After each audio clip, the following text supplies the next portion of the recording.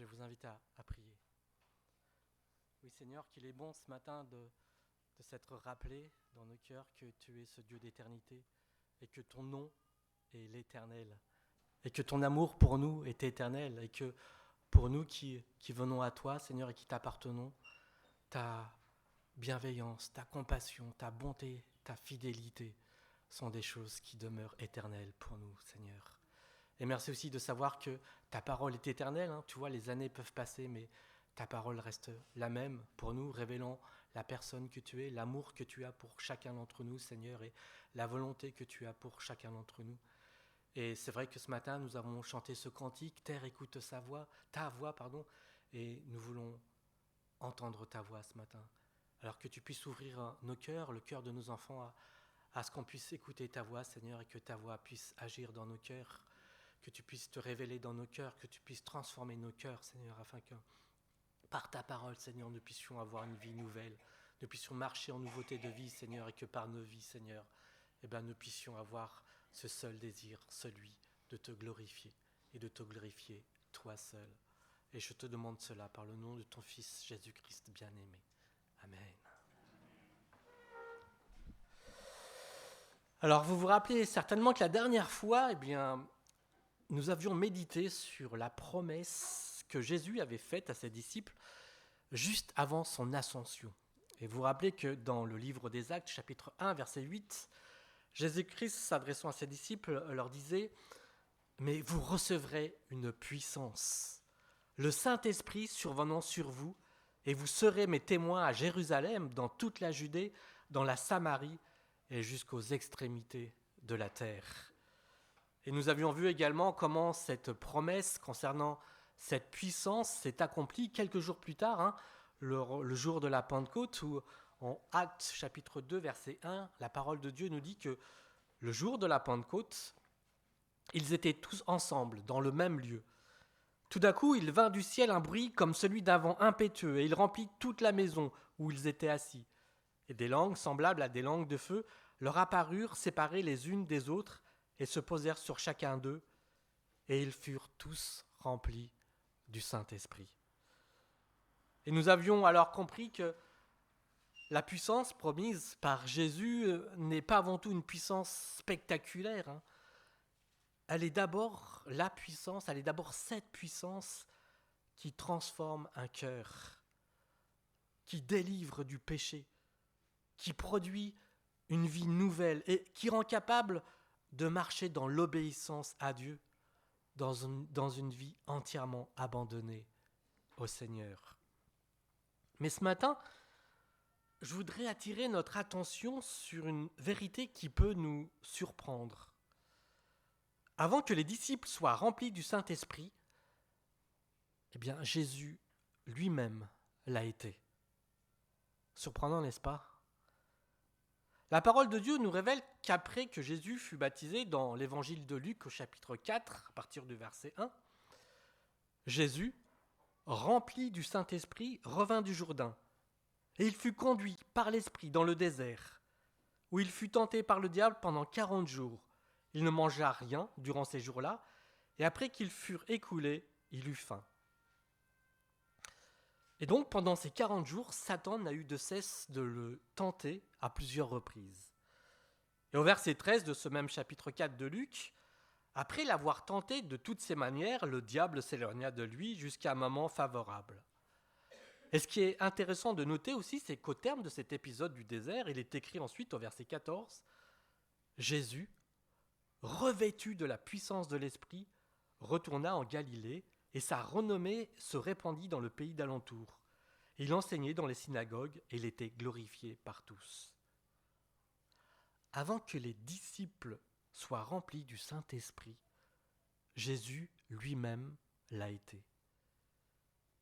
Et à première vue, enfin en tout cas pour moi, cela peut sembler surprenant, non ?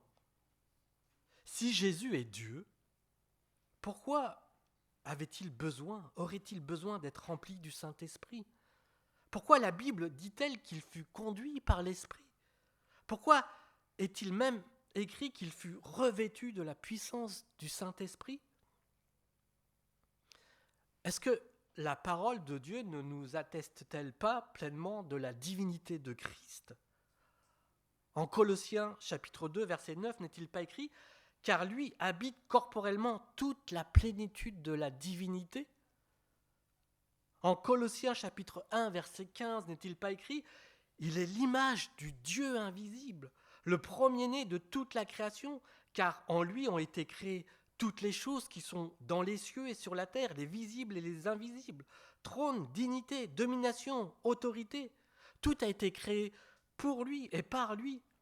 Il est avant toute chose et toute chose subsiste en lui. » N'est-il pas écrit dans 1 Jean chapitre 5 verset 20 « Nous savons aussi que le Fils de Dieu est venu, qu'il nous a donné l'intelligence pour connaître le véritable, et nous sommes dans le véritable en son Fils Jésus-Christ. C'est lui qui est le Dieu véritable et la vie éternelle. » Alors pourquoi le Fils de Dieu, qui est le Dieu véritable, aurait besoin d'être rempli, conduit ou revêtu par le Saint-Esprit ? Et cette question est importante, mes amis, car elle nous permet de mieux comprendre non seulement qui est Jésus, mais aussi comment Dieu nous appelle à vivre aujourd'hui. Parce que si Jésus est pleinement Dieu, il est également pleinement homme. Jésus-Christ est pleinement homme, comme chacun d'entre nous. Dans l'évangile de Jean, chapitre 1, verset 1, il est écrit « Au commencement était la parole, et la parole était avec Dieu, et la parole était Dieu.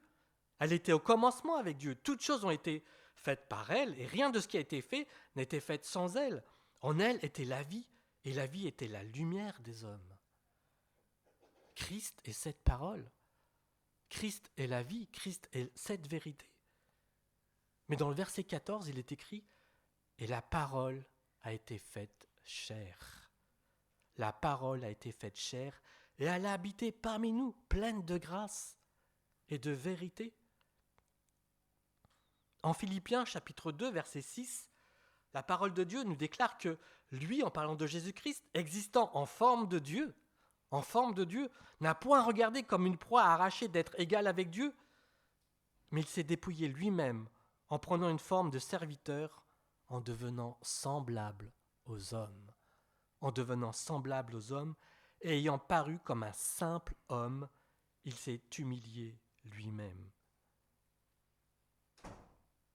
1 Timothée chapitre 2 verset 5, on l'a lu ce matin, « Car il y a un seul Dieu, et aussi un seul médiateur entre Dieu et les hommes, Jésus-Christ, homme. » Jésus-Christ, homme. Oui, mes amis, la parole de Dieu nous atteste ainsi que Jésus est un véritable homme. Et ainsi, il est né d'une femme comme tout être humain. Il a grandi et évolué comme n'importe quel enfant. Il a eu faim, il a eu soif. Il a ressenti la fatigue, il a pleuré, il a souffert. Il est même mort physiquement sur la croix, sur cette croix. Jésus-Christ est une seule personne, possédant deux natures, pleinement Dieu, pleinement homme. Et cette vérité, elle est essentielle pour chacun d'entre nous, mes amis. Et en choisissant de vivre une condition humaine authentique, Jésus ne triche pas. Jésus choisit de dépendre du Saint-Esprit de la même manière que ses disciples devront le faire plus tard. De la même manière que nous devons également le faire à chaque instant de notre vie. Et cette vérité est fondamentale pour notre foi. Car en devenant véritablement homme, Jésus a choisi de vivre une condition humaine totale. Il n'a jamais cessé d'être Dieu, mais il a volontairement choisi de ne pas vivre son ministère terrestre en faisant constamment appel au privilège de sa divinité. Il a vécu dans une dépendance parfaite envers son Père. Il s'est laissé conduire par le Saint-Esprit. Jésus-Christ priait, Jésus-Christ obéissait, Jésus-Christ attendait la volonté du Père.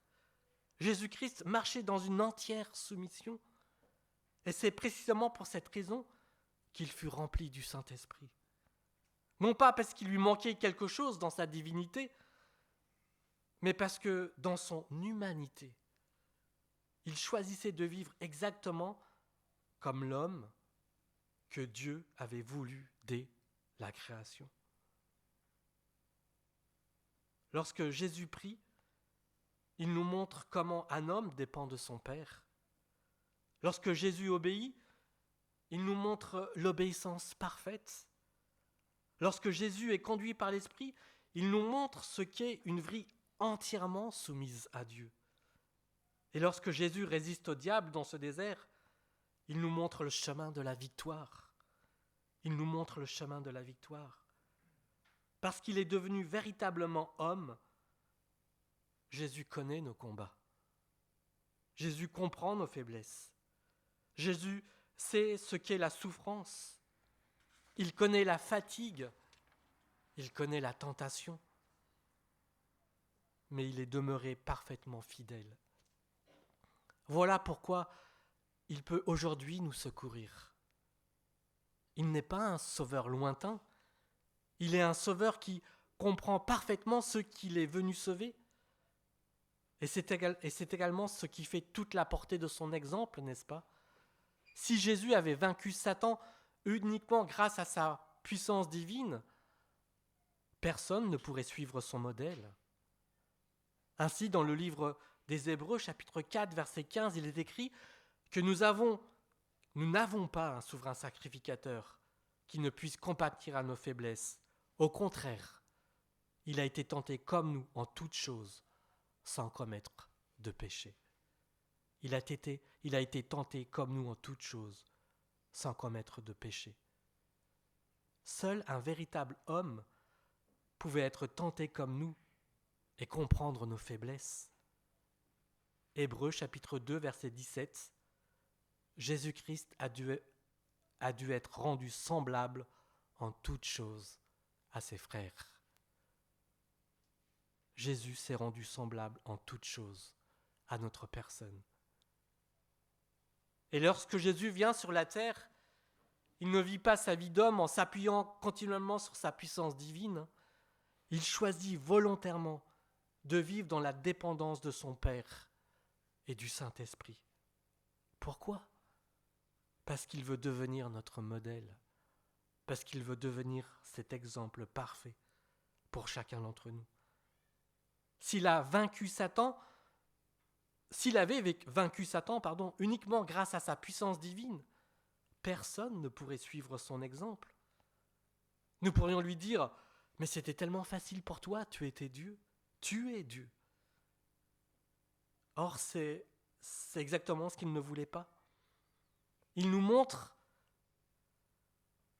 un homme parfaitement rempli du Saint-Esprit, vivant dans une parfaite obéissance à son Père. Mais ce qui est formidable, c'est que Jésus ne nous a pas simplement obtenu la victoire sur le péché. Il nous montre aussi le chemin pour vivre cette victoire. Jésus remporte la victoire en utilisant les mêmes ressources que celles que Dieu met aujourd'hui à la disposition de chacun. Et voilà pourquoi son exemple nous concerne directement. Jésus montre ainsi le chemin que ses disciples sont appelés à suivre. Il nous montre qu'il est possible de vivre une vie de victoire lorsque nous dépendons entièrement de Dieu. Le parcours de Jésus devient alors le modèle du parcours du chrétien.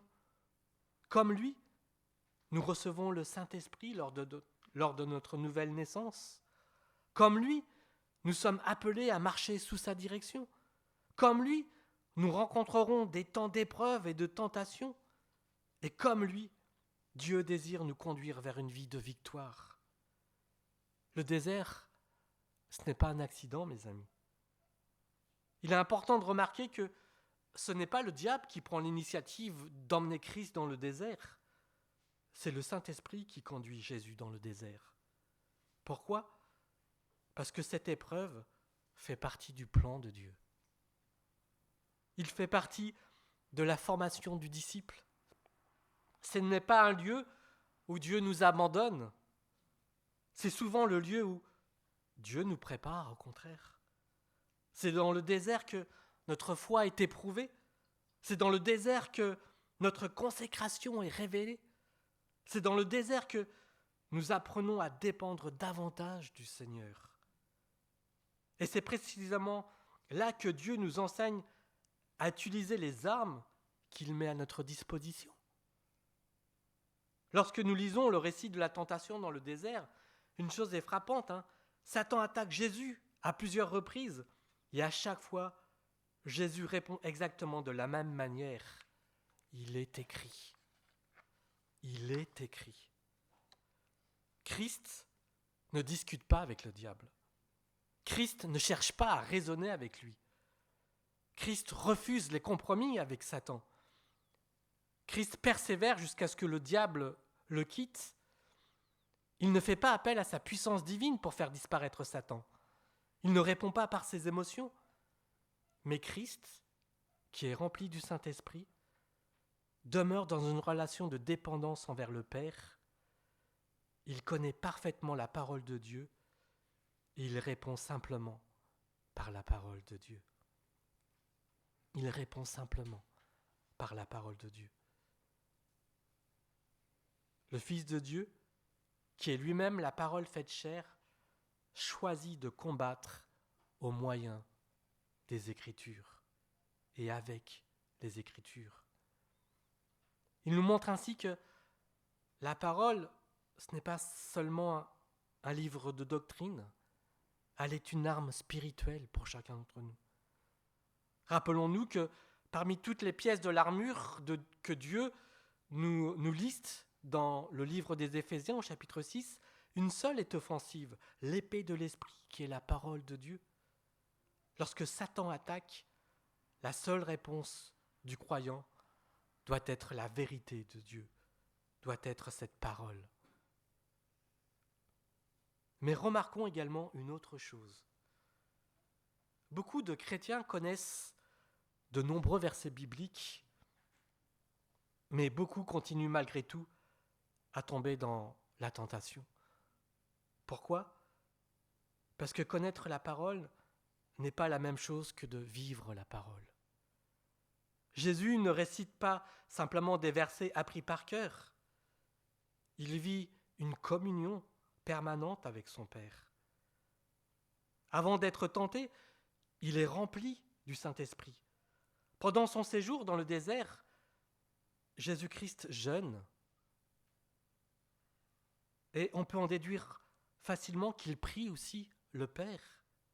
Il jeûne et il prie. Et sa force ne vient donc pas seulement de sa connaissance des Écritures, elle vient aussi de sa relation avec le Père, de sa communion avec le Père. Et la parole devient efficace lorsqu'elle est rendue vivante par le Saint-Esprit qui est en nous. Sans cette communion avec Dieu,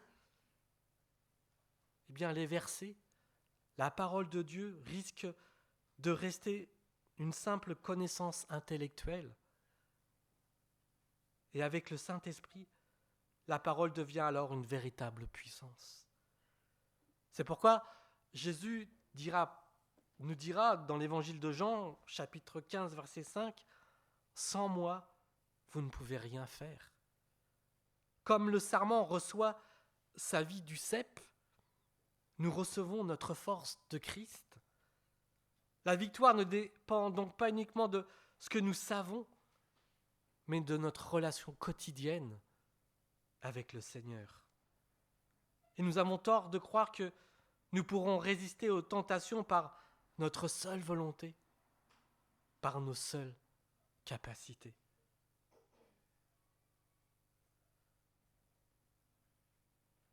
Il est vrai aussi que face à la tentation, nous pourrions être découragés. Nous connaissons toutes nos faiblesses.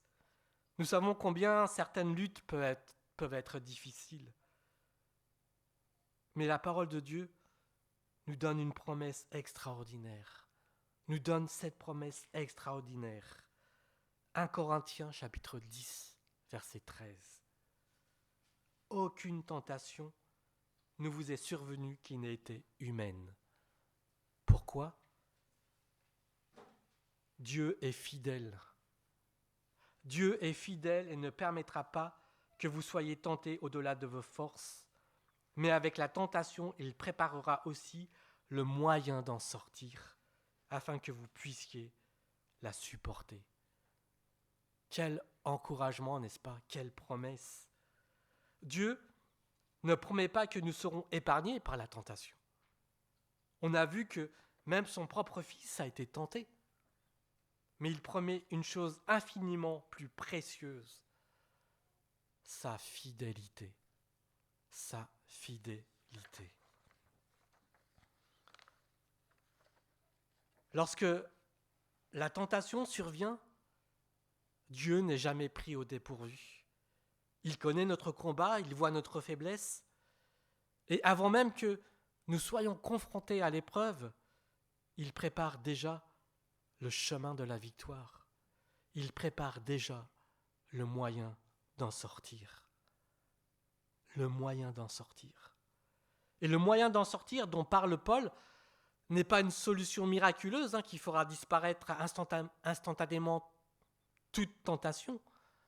Le moyen d'en sortir dont parle Paul désigne l'ensemble des ressources que Dieu met à notre disposition pour demeurer fidèle.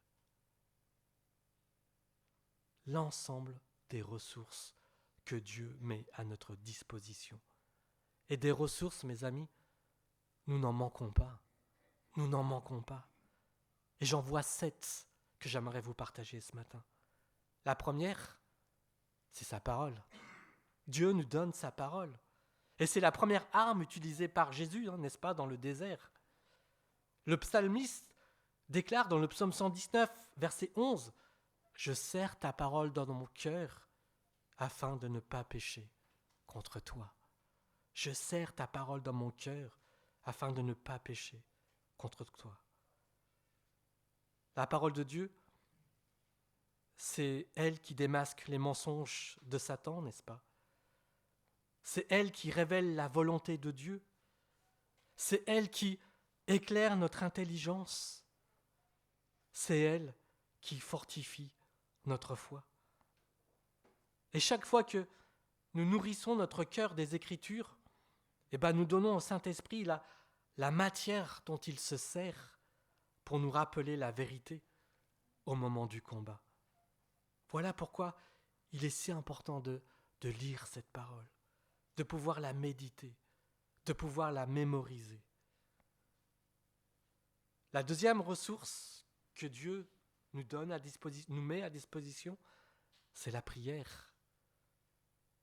Jésus nous dit « Veillez et priez afin que vous ne tombiez pas dans la tentation. » Matthieu chapitre 26, verset 31.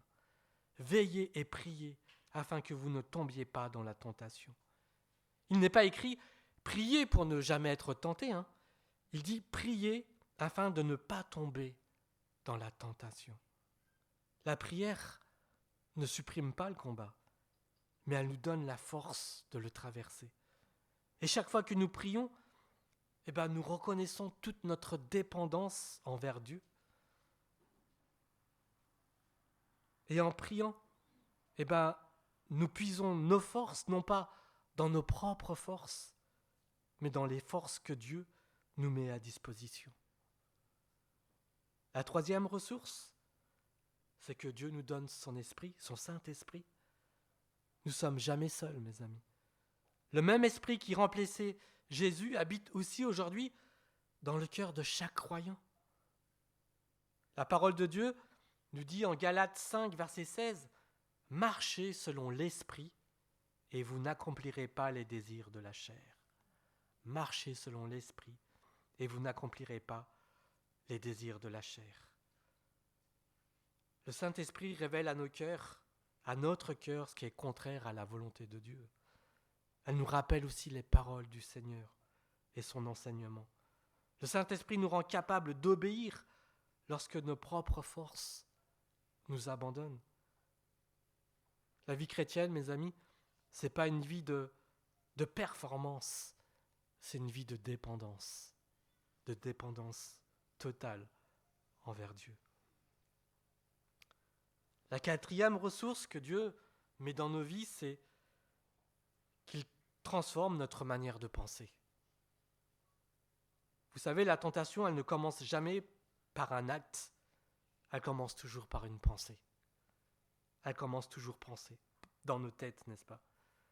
C'est pourquoi Paul exhorte les Romains en Romains 12, chapitre 2, en ces termes, « Soyez transformés par le renouvellement de votre intelligence. » Soyez transformés par le renouvellement de votre intelligence. Et plus notre pensée sera façonnée par la vérité de Dieu, et bien moins les mensonges du diable trouveront de place dans nos pensées, dans nos cœurs.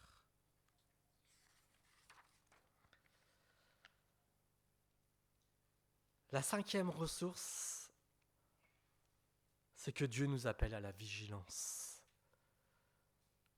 Dieu nous appelle à la vigilance et en 1 Pierre chapitre 5 verset 8 il est écrit « Soyez sobres, veillez, et votre adversaire le diable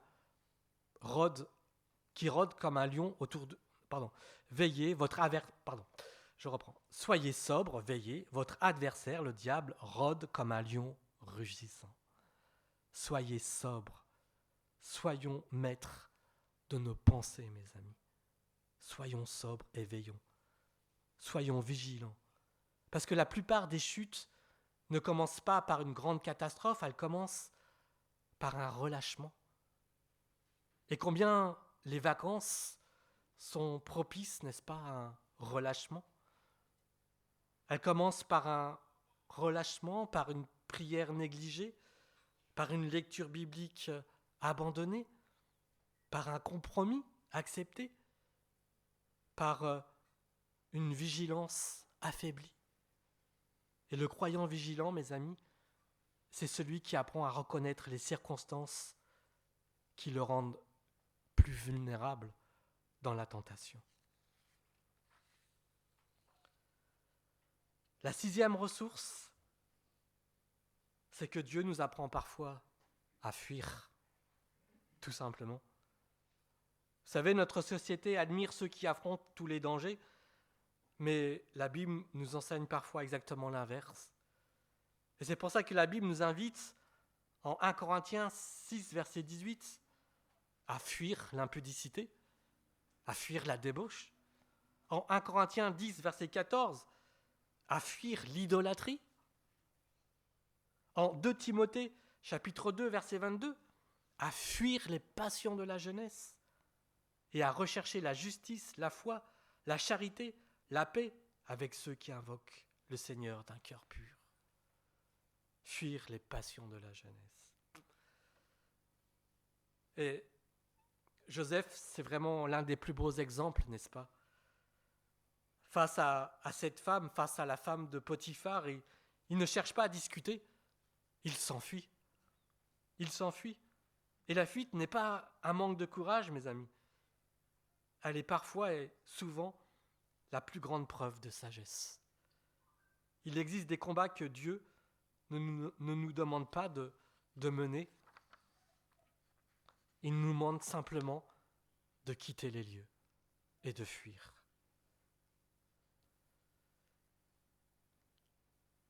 Une autre ressource que Dieu nous donne, c'est l'Église.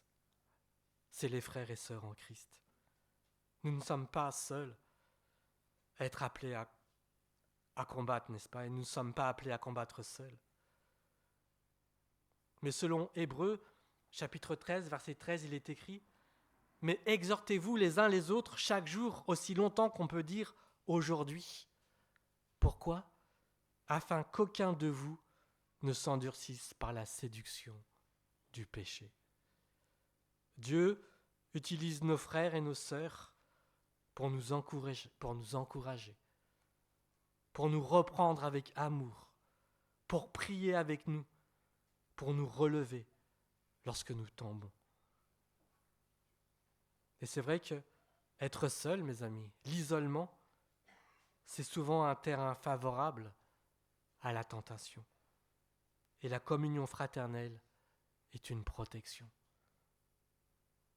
Et enfin, la dernière ressource, c'est que Dieu nous donne sa grâce. C'est parce qu'au fond, notre victoire, elle ne repose jamais sur notre force, elle repose sur la grâce de Dieu. Toujours dans l'épître aux Hébreux, chapitre 4, verset 16, il est écrit « Approchons-nous donc avec assurance du trône de la grâce, afin d'obtenir miséricorde et de trouver grâce pour être secourus dans nos besoins. » Quelle merveilleuse promesse, n'est-ce pas? Lorsque nous sommes faibles, Dieu ne nous repousse pas. Il nous invite à venir vers lui et il nous relève. Il nous fortifie. Il nous accorde exactement la grâce dont nous avons besoin au moment où nous en avons besoin. Et c'est pour ça, mes amis.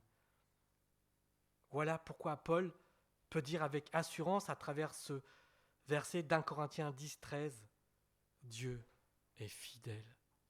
Dieu est fidèle. Notre victoire ne repose jamais sur notre fidélité. Elle repose d'abord sur la fidélité de Dieu. Alors pour conclure, en contemplant Jésus dans le désert, on découvre que la tentation fait partie de la vie chrétienne, fait partie de notre vie. Même le Fils de Dieu y a été confronté, n'est-ce pas? Et la question n'est donc pas de savoir si nous serons tentés un jour. La véritable question est comment répondrons-nous lorsque la tentation viendra? 1 Corinthiens 10, 13 est donc une invitation à la confiance, n'est-ce pas? Dieu est fidèle. Il connaît notre faiblesse et il fournira toujours ce qui est nécessaire pour demeurer fidèle.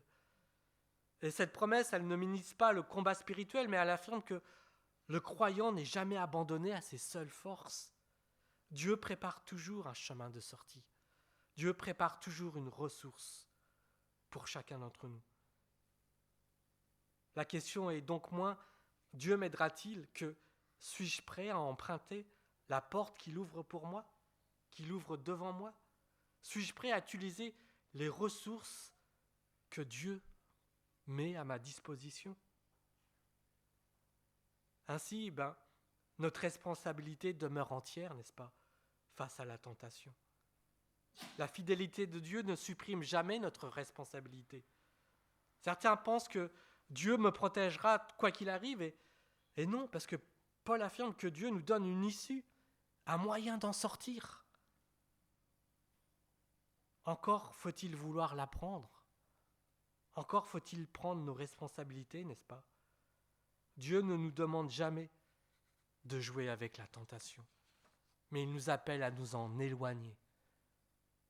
Et c'est exactement ce que Jacques écrit, n'est-ce pas, en Jacques chapitre 4, verset 7. « Soumettez-vous donc à Dieu, soumettez-vous donc à Dieu. Résistez au diable et il fuira loin de vous. Approchez-vous de Dieu et il s'approchera de vous. » Remarquons l'ordre, n'est-ce pas? D'abord, il dit « soumettez-vous à Dieu ». Et ensuite, il dit « résistez au diable ». La victoire, elle ne commence pas devant Satan. La victoire, elle commence devant Dieu, mes amis. Plus nous nous approchons du Seigneur, moins le diable trouvera de la place dans notre vie. Dieu prépare souvent ses serviteurs avant de les utiliser d'une façon puissante. Et les temps d'épreuve ne sont pas un signe que Dieu est absent, non. Les temps d'épreuve sont parfois la preuve qu'il façonne notre caractère. Et le désert révèle ce qui habite réellement notre cœur. Il met en lumière notre degré de consécration. Le désert nous apprend à dépendre davantage du Seigneur qu'à compter sur notre propre force. Et chaque victoire remportée dans l'obéissance affermira notre foi. Chaque tentation surmontée fortifiera notre caractère. Chaque pas de fidélité nous prépare davantage au service que Dieu nous confie à chacun d'entre nous. Et vous savez, une autre vérité, c'est que la véritable origine de la tentation, elle ne se trouve pas à l'extérieur de nous. Elle se trouve dans notre propre cœur. C'est pour ça que Jacques nous dit en Jacques 1, verset 14, « Chacun est tenté lorsqu'il est attiré et amorcé par sa propre convoitise. » Par sa propre convoitise. Et je trouvais intéressant de pouvoir relire ce verset dans d'autres versions. Dans la version Summer, il est écrit « Lorsque nous sommes tentés, ce sont les mauvais désirs que nous portons en nous qui nous attirent et nous séduisent. » Dans la version Second 21, « Mais chacun est tenté quand il est attiré et entraîné par ses propres désirs. » Dans la version Colombe, « En réalité, tout être humain est mis à l'épreuve quand il se laisse entraîner et prendre au piège par ses mauvais penchants. » Sa propre convoitise, ses propres désirs, ses mauvais penchants, ses propres mauvais penchants. Mes amis, Satan ne crée pas nos désirs. Ils sont déjà dans nos cœurs. Ils sont déjà dans nos pensées. C'est pourquoi le véritable combat, il commence dans notre cœur. Plus notre communion avec Dieu grandit, et plus nos désirs seront transformés, et moins la tentation trouvera prise sur nous. Dans le désert, Jésus nous montre le chemin, en nous démontrant que Dieu nous donne tout ce dont nous avons besoin pour vaincre. Son Saint-Esprit qui habite en nous, sa parole qui éclaire nos pas, la prière qui nous fortifie, sa fidélité qui nous ouvre toujours une issue. Alors mes amis, demeurons proches du Seigneur. Et lorsque le combat se présentera, souvenons-nous que nous ne sommes jamais seuls parce que Dieu est fidèle. Dieu est fidèle. Et c'est pourquoi Jacques peut conclure par cette magnifique promesse. Heureux l'homme qui supporte patiemment la tentation, car après avoir été éprouvé, il recevra la couronne de vie que le Seigneur a promise à ceux qui l'aiment. Quelle promesse, n'est-ce pas? Est-ce que c'est pas ce qu'on désire? Est-ce qu'on ne désire pas avoir la victoire et recevoir cette couronne de vie que le Seigneur promet à tous ceux qui l'aiment? Eh bien, supportons patiemment cette tentation, n'est-ce pas? Amen.